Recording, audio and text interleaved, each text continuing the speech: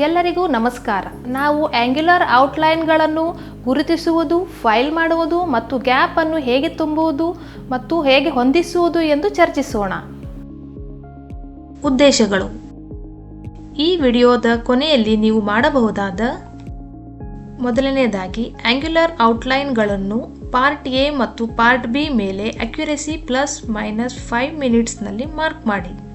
ಎರಡನೆಯದಾಗಿ ಫಿಟ್ಟಿಂಗ್ಗಾಗಿ part A ಮತ್ತು part B accuracy H7 ಭಾಗ G6 ನಿರ್ವಹಿಸಿ ಫೈಲ್ ಮಾಡಿ.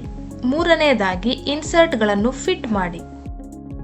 ಈ ಪ್ರಯೋಗಕ್ಕಾಗಿ ಅಗತ್ಯವಿರುವ ಮಷಿನರಿ ಮತ್ತು ಟೂಲ್ಗಳನ್ನು ಚರ್ಚಿಸೋಣ.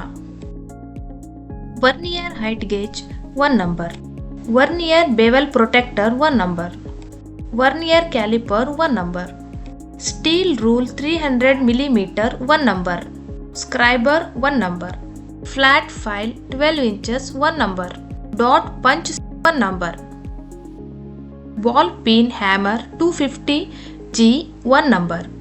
ಈ ಪ್ರಯೋಗಕ್ಕಾಗಿ ಜಾಬ್ ಅನುಕ್ರಮವನ್ನು ಚರ್ಚಿಸೋಣ. ಹಂತ 1, ಡೈಮೆನ್ಷನ್ಸ್ ಪ್ರಕಾರ ರಾ ಮೆಟೀರಿಯಲ್ಸ್ ಅನ್ನು ಕಟ್ ಮಾಡಿ. ಹಂತ 2, ರೈಟ್ ಆಂಗಲ್ ಅನ್ನು ಫೈಲ್ ಮಾಡಿ ಮತ್ತು ಪಾರ್ಟ್ ಎ ಮತ್ತು ಬಿ ಅನ್ನು ವರ್ನಿಯರ್ ಹೈಟ್ ಗೇಜ್ ಮತ್ತು ವರ್ನಿಯರ್ ಬೆವೆಲ್ ಪ್ರೊಟೆಕ್ಟರ್ನೊಂದಿಗೆ ಮಾರ್ಕ್ ಮಾಡಿ. ಹಂತ 3, ಮಾರ್ಕ್ ಮಾಡಿದ ಸಾಲುಗಳು ಅಥವಾ ಔಟ್ಲೈನ್ಗಳ ಮೇಲೆ ಪಂಚ್ ಮಾಡಿ. ಹಂತ 4, ಹ್ಯಾಕ್ಸ್ವಿಂಗ್ ಮತ್ತು ಚೈನ್ ಡ್ರಿಲ್ಲಿಂಗ್ ಮೂಲಕ ಅನಗತ್ಯ ವಸ್ತುಗಳನ್ನು ತೆಗೆದುಹಾಕಿ. ಹಂತ 5, ಪಾರ್ಟ್ ಎ ಮತ್ತು part B linear accuracy ±0.02 mm ಮತ್ತು ಆಂಗ್ಯುಲರ್ ±5 ಮಿನಿಟ್ಸ್ನಲ್ಲಿ ಫೈಲ್ ಮಾಡಿ. ಹಂತ 6, ವರ್ನಿಯರ್ ಬೆವೆಲ್ ಪ್ರೊಟೆಕ್ಟರ್ ಮೂಲಕ ಆಂಗ್ಯುಲರ್ ಡೈಮೆನ್ಷನ್ಗಳನ್ನು ಪರಿಶೀಲಿಸುವುದು. ಹಂತ 7, ಭಾಗ ಎ ಮತ್ತು ಬಿ ಅನ್ನು ಫಿಟ್ ಮಾಡಿ ಮತ್ತು ಮುಕ್ತಾಯಿಸಿ. ಮೊದಲನೆಯದಾಗಿ ಮಾರ್ಕಿಂಗ್ ಮಾಡುವಾಗ ಆಂಗ್ಯುಲರ್ ಡೈಮೆನ್ಷನ್ ಅನ್ನು ಸ್ಕೇಲ್ನ ಆಂಗಲ್ನಿಂದ ಅಥವಾ ಸೆಟ್ ಸ್ಕ್ವೇರ್ ನಿಂದ ಮಾರ್ಕ್ ಮಾಡಬಾರದು. ಎರಡನೆಯದಾಗಿ ಫಿಟ್ಟಿಂಗ್ಗಾಗಿ ಹ್ಯಾಮರ್ ಅನ್ನು ಉಪಯೋಗಿಸಬಾರದು. ನಾವು ಕೆಲಸದ ಅನುಕ್ರಮವನ್ನು ಪ್ರಾಯೋಗಿಕವಾಗಿ ಮಾಡೋಣ. ಹಂತ 1, ಈ ಕೆಲಸವನ್ನು ಮಾಡಲು ಮೈಲ್ಡ್ ಸ್ಟೀಲ್ ಮೆಟೀರಿಯಲ್ ಅನ್ನು ಆರಿಸಿಕೊಳ್ಳಿ. ಮತ್ತೆ ನೀವು ಆರಿಸಿಕೊಂಡ MS ಫ್ಲಾಟ್ ಸ್ಮೂತ್ ಹಾಗೂ ಫ್ಲಾಟ್ ಆಗಿರಬೇಕು ಹಾಗೂ MS ಫ್ಲಾಟ್ನ ಥಿಕ್ನೆಸ್ 5 ಮಿಲಿಮೀಟರ್ ಹಾಗೂ ವಿಡ್ತ್ 50 ಮಿಲಿಮೀಟರ್ ಇರುವ ಹಾಗೆ ಖಚಿತಪಡಿಸಿಕೊಳ್ಳಿ.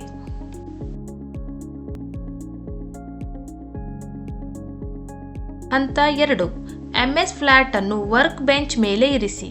ಟ್ರೈ ಸ್ಕ್ವೇರ್ ಸಹಾಯದಿಂದ ಫ್ಲಾಟ್ ಹೊರಭಾಗದ ಸ್ಟ್ರೇಟ್ನೆಸ್ ಅನ್ನು ಚೆಕ್ ಮಾಡಿ.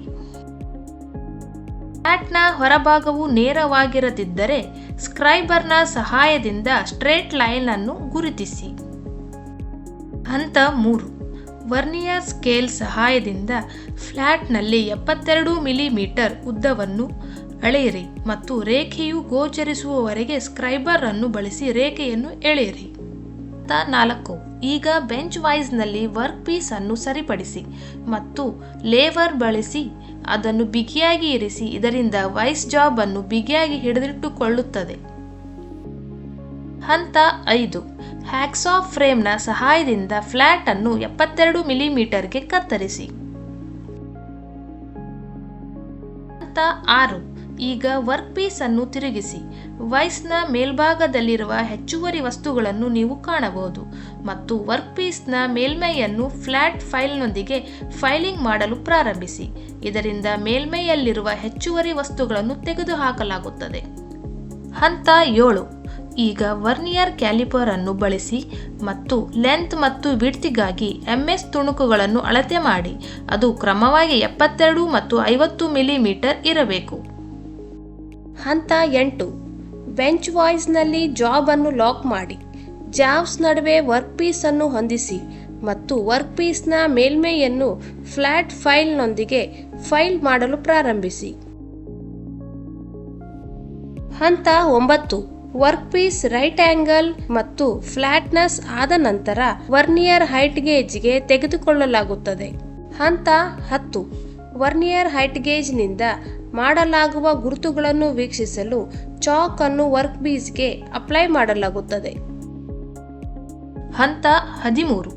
ಆಂಗಲ್ ಬ್ಲಾಕ್ನ ವಿರುದ್ಧ ವರ್ಕ್ ಪೀಸ್ ಅನ್ನು ಹಿಡಿದಿಟ್ಟುಕೊಳ್ಳುವಾಗ ಸ್ಕೆಚ್ನಲ್ಲಿ ತೋರಿಸಿರುವಂತೆ ಗುರುತು ಹಾಕಲಾಗುತ್ತದೆ. ನೀಡಿರುವ ಡೈಮೆನ್ಷನ್ ಪ್ರಕಾರ 5 ಮಿಲಿಮೀಟರ್ ಮತ್ತು 18 ಮಿಲಿಮೀಟರ್. ಹಂತ 14. ವರ್ನಿಯರ್ ಬೆವೆಲ್ ಪ್ರೊಟೆಕ್ಟರ್ನ ಸಹಾಯದಿಂದ ನೀಡಿರುವ ಡೈಮೆನ್ಷನ್ ಪ್ರಕಾರ 80 ಮತ್ತು 70 ಡಿಗ್ರಿಗಳಿಗೆ ಕೋನಗಳನ್ನು ಮಾರ್ಕ್ ಮಾಡಿ. ಹಂತ 15.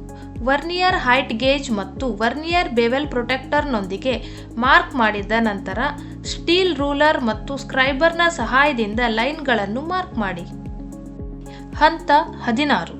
ವರ್ಕ್ ಪೀಸ್ ಅನ್ನು ಕೈಯಲ್ಲಿ ಹಾಕುವುದರಿಂದ ಡಾಟ್ ಪಂಚ್ ಮತ್ತು ಬಾಲ್ ಪಿನ್ ಹ್ಯಾಮರ್ನ ಸಹಾಯದಿಂದ ಲೈನ್ಗಳ ಉದ್ದಕ್ಕೂ ಸಣ್ಣ ಮಾರ್ಕ್ಗಳನ್ನು ಮಾಡಲಾಗುತ್ತದೆ. ಕಟಿಂಗ್ ಅನ್ನು ಸುಲಭವಾಗಿ ಮಾಡಲು ಅನುವು ಮಾಡಿಕೊಡುತ್ತದೆ. ಹಂತ 17. ಬೆಂಚ್ ವಾಯ್ಸ್ ಜಾವ್ಸ್ಗಳ ನಡುವಿನ ಆಂಗಲ್ನಲ್ಲಿ ವರ್ಕ್ ಪೀಸ್ ಅನ್ನು ಹಿಡಿದಿಟ್ಟುಕೊಳ್ಳುವುದರಿಂದ ಸ್ಟ್ರೇಟ್ ಕಟಿಂಗ್ಗೆ ಅನುವು ಮಾಡಿಕೊಡುತ್ತದೆ. ಹಂತ 18. ಕಟಿಂಗ್ ಅನ್ನು ಹ್ಯಾಕ್ಸಾ ಫ್ರೇಮಿನಿಂದ ಮಾಡಲಾಗುತ್ತದೆ ಮತ್ತು ಪಂಚ್ ಮಾರ್ಕ್ಗಳನ್ನು ಮೀರಿ ಕಟಿಂಗ್ ಆಗದಂತೆ ನೋಡಿಕೊಳ್ಳಿ. ಹಂತ 19. ಕತ್ತರಿಸಿದ ನಂತರ ನೀವು 2 ಜಾಬ್ಗಳನ್ನು ಹೊಂದಿರುತ್ತೀರಿ, ಪಾರ್ಟ್ ಎ ಮತ್ತು ಪಾರ್ಟ್ ಬಿ. ಹಂತ 20. ವರ್ಕ್ ಪೀಸ್ಗಳನ್ನು ಬೆಂಚ್ ವಾಯ್ಸ್ನ ಜಾವ್ಸ್ಗಳ ನಡುವೆ ಇರಿಸಿ ಮತ್ತು ವರ್ಕ್ ಪೀಸ್ ಅನ್ನು ಸುಗಮಗೊಳಿಸಲು ಫೈಲ್ನ ಸಹಾಯದಿಂದ ಫೈಲಿಂಗ್ ಅನ್ನು ಪ್ರಾರಂಭಿಸಿ.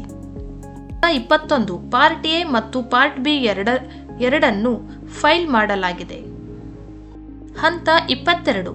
ವರ್ಕ್ ಪೀಸ್ ಎ ಮತ್ತು ವರ್ಕ್ ಪೀಸ್ ಬಿಗಳ ಜೋಡಣೆಯಿಂದ ಅಲೈನ್ಮೆಂಟ್ ಅನ್ನು ಚೆಕ್ ಮಾಡಿ. ಹಂತ 23. ವರ್ನಿಯರ್ ಕ್ಯಾಲಿಪರ್ ಅನ್ನು ತೆಗೆದುಕೊಂಡು ಅಕ್ಯುರೆಸಿ ಚೆಕ್ ಮಾಡಿ. ಪಾರ್ಟ್ ಎ ಮತ್ತು ಪಾರ್ಟ್ ಬಿ ಎರಡೂ ಪಾರ್ಟ್ಗಳ ಪ್ರತಿಯೊಂದು ಶೇಪ್ನ ಡೈಮೆನ್ಷನ್ ಚೆಕ್ ಮಾಡಿ. ಹಂತ 24. ವರ್ನಿಯರ್ ಬೆವೆಲ್ ಪ್ರೊಟೆಕ್ಟರ್ ಅನ್ನು ತೆಗೆದುಕೊಳ್ಳಿ ಮತ್ತು ಆಂಗಲ್ ಅಕ್ಯುರೆಸಿ ಚೆಕ್ ಮಾಡಿ. ಸ್ಕೆಚ್ ಪ್ರಕಾರ 70 ಮತ್ತು 80 ಡಿಗ್ರಿಗಳು.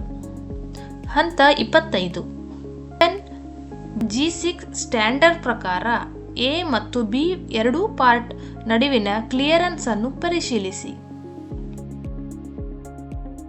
H7 G6 ಫಿಟ್ ಕನಿಷ್ಠ 0.007 ಮಿಲಿಮೀಟರ್ ಮತ್ತು ಗರಿಷ್ಠ ಕ್ಲಿಯರೆನ್ಸ್ 0.041 ಮಿಲಿಮೀಟರ್ ಅನ್ನು ನೀಡುತ್ತದೆ.